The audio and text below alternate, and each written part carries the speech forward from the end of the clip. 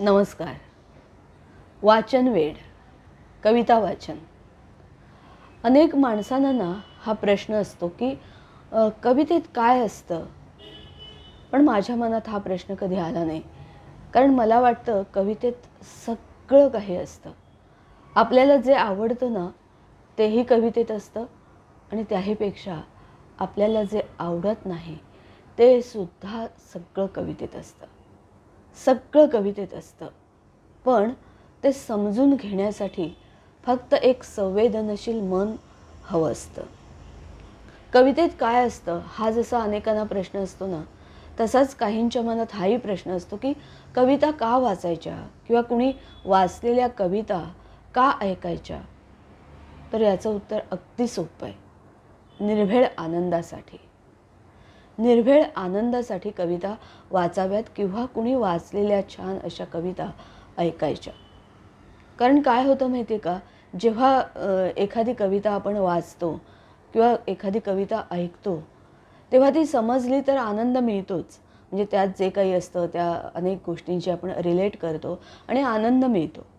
पण एखादी कविता नाही समजली तरी देखील आनंदच मिळतो. कारण त्यात ज्या काही गोष्टी सांगितलेल्या असतात त्या समजा समजल्या नाही आपल्याला, तर न समजलेल्या गोष्टींचा आपण नकळत थोडासा का होईना शोध घ्यायला सुरुवात करतो आणि त्यावर विचार करायला लागतो आणि ते विचारात हरवून जातो. हे विचारात हरवून जाणं असतं ना, ते खूप आनंद देतं, अत्यंत निर्भेळ आनंद देतं. आणि म्हणून कविता वाचायच्या असतात किंवा कुणी वाचलेल्या कविता ऐकायच्या असतात, त्या आपल्याला खूप निर्भेळ आनंद देतात. मी देखील अशाच काही दिग्गजांच्या कविता वाचण्याचा प्रयत्न करणार आहे.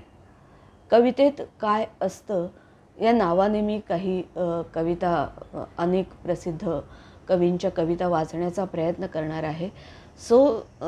तुम्ही या कविता शेवटपर्यंत ऐका आणि माझ्या घाटे मिनल खेडकर या यूट्यूब चॅनेलला प्लीज सबस्क्राईब करा आणि बाजूला जो बेल आयकॉन आहे त्यावर पण क्लिक करा, म्हणजे मी व्हिडिओ अपलोड केला यूट्यूबवर की त्याचं नोटिफिकेशन तुम्हाला मिळेल.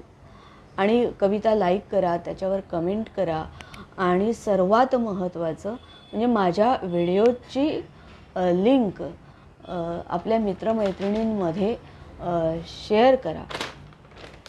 कारण कविता म्हणजे निर्भेळ आनंद आहे की जो सगळ्यांनी अनुभवावा.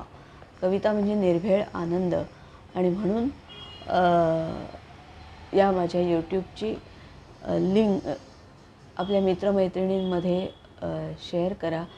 यूट्यूब चॅनेल सबस्क्राईब करा, लाईक करा आणि मित्रमैत्रिणींमध्ये शेअर करा. आज पहिली कविता शांताबाई शेळके यांची. कवितेत काय असतं या सदरातली ही कविता शांताबाईंची. शांताबाई म्हणजे अत्यंत प्रसन्न व्यक्तिमत्व आणि प्रतिभेचं लोभस्वरूप, अत्यंत लोभस्वरूप. ही कविता समुद्रगंध या शीर्षकाखाली आहे, शांताबाईंनी लिहिलेली. ही कविता वाचता क्षणीच मी या कवितेच्या प्रेमात पडले.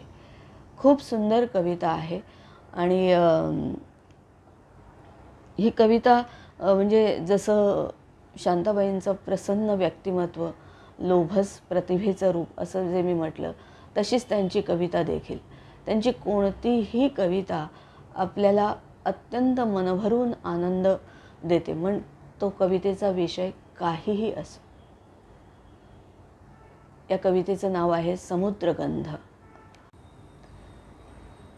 कवितेत काय असतं या मालिकेतली ही पहिली शांताबाईंची कविता समुद्रगंध.